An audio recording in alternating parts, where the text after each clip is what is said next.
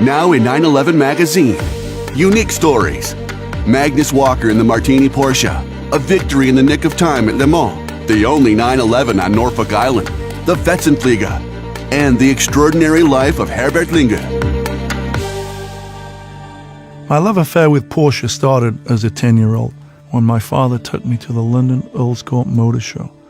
That was where I first laid eyes on the white Martini Turbo. In the blink of an eye, I fell in love with that car. It was intoxicating, it looked fast standing still, it was racy, it was something that I just dreamed about. The big whale tail, the wide flared hips, it just made me think about it the whole time. As a kid growing up in Sheffield, Porsches were a rare sight on the road. I hardly ever saw them. Believe it or not, I actually wrote a letter to Porsche and asked them if I could be a designer for them. Surprisingly, they wrote a letter back and said, "Call us when you're older." I left school at 15 years old. I was into heavy metal music. I didn't know what my future would bring, but I had a dream and I never gave up.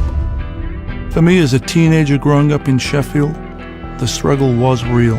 The northern industrial town was depressed, but it also had great character.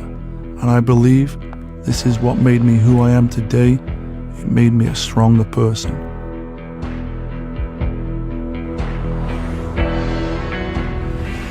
As a 19-year-old, I left Sheffield and went to work on a summer camp in America. It was my first American road trip, and it was my first taste of freedom.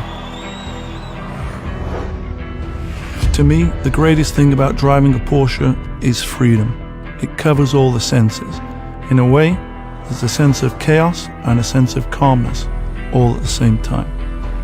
I often say, never give up on your dreams. My dream came true today, 41 years later, after I first saw this white Martini Turbo. I had the opportunity to do something that I'd never done before. Drive that very car in my hometown of Sheffield, creating more memorable moments. This stopwatch is one of a kind. The reason? It is an artifact of Porsche motor racing history. June 11, 1977, 4 p.m. The 24 hours of Le Mans begin. Among the contestants, the Porsche 936 Spyder. After a dramatic overnight chase by Jackie Ickx, by day 2 the Porsche has an unassailable lead. But just 45 minutes before the end of the race, it rolls into the pit, smoking. One cylinder is blown. But simply running out the clock won't work because the last lap time can't deviate too much from the qualifying time. The 936 has to finish the lap and hold out for another full lap after that. The team promptly disables the ignition of the blocked cylinder. 12 minutes before the 24 hours are out, Jürgen Barth starts the engine. It runs. However, Barth can't cross the finish line before 4 p.m. or he'll have to complete another full lap. To help him keep an eye on the time, the team improvises. The mechanics affix an Omega stopwatch to the steering wheel with tape. And it works. The Porsche 936 Spyder holds on for the win. Jürgen Barth, Jackie Ickx, and Hurley Haywood secure Porsche's 4th overall victory at Le Mans.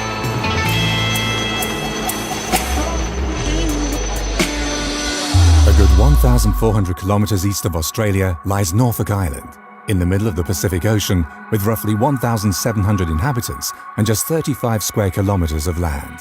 Yet even here, there is a Porsche. It belongs to Duncan Sanderson, owner of the perhaps loneliest Porsche in the world.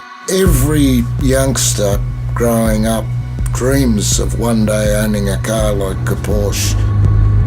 The first time I saw the Porsche when the trading ship arrived was when it was lifted out of the hold on the ship, and I held my breath while it was swung out over the edge of the ship.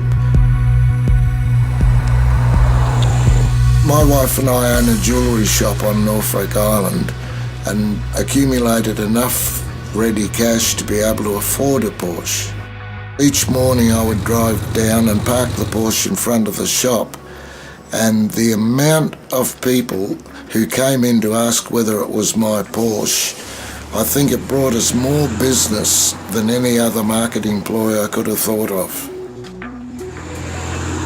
On Norfolk Island, unfortunately, there is a speed limit of 50 kilometres an hour, but I have been known to actually slip a little bit with my foot. Quite surprisingly, for a tiny island, there are approximately 90 miles of road. When driving around the island, one has to be extraordinarily careful. There are cows wandering all over the roads, and the cows have right of way. Many people have asked me why I have a Porsche, and it's not the right place to have a car that goes so quick when we can only go so slowly. And I don't think they've ever driven a Porsche, because I think they would be an absolute fantastic car to own anywhere in the world.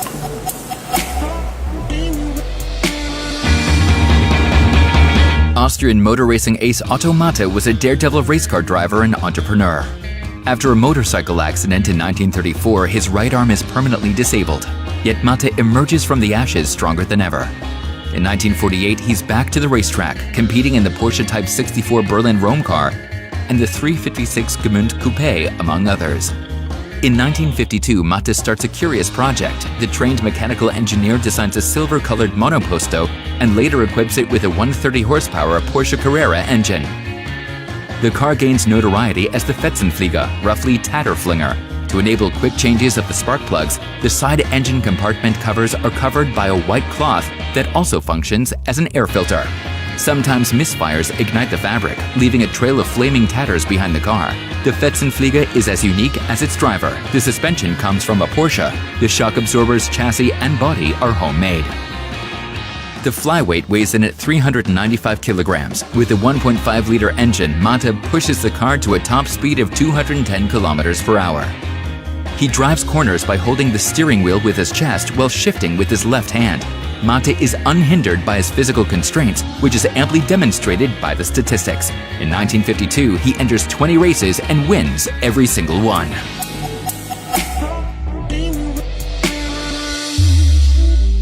Ich bin 28 geboren und ich habe immer geträumt, dass ich als Automechaniker mal eine Lehre absolviere.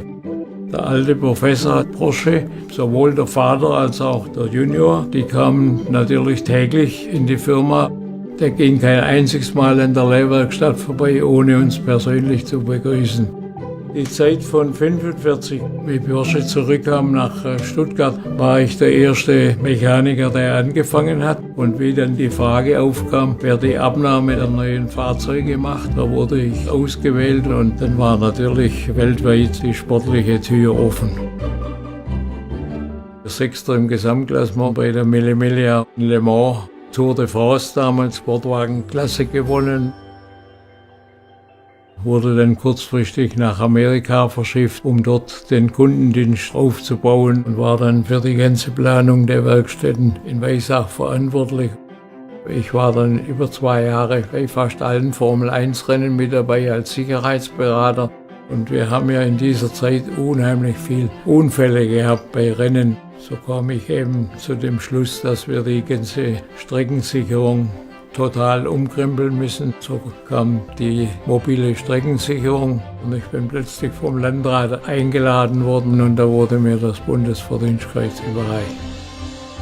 So war ich eigentlich die ganze Zeit bis zum Ruhestand bei Porsche. Von Ruhestand ist nicht mehr viel übrig geblieben. Ich bin also ständig bei irgendwelchen Veranstaltungen des Hauses und ich hoffe, dass ich gesundheitlich das noch einige Zeit machen kann.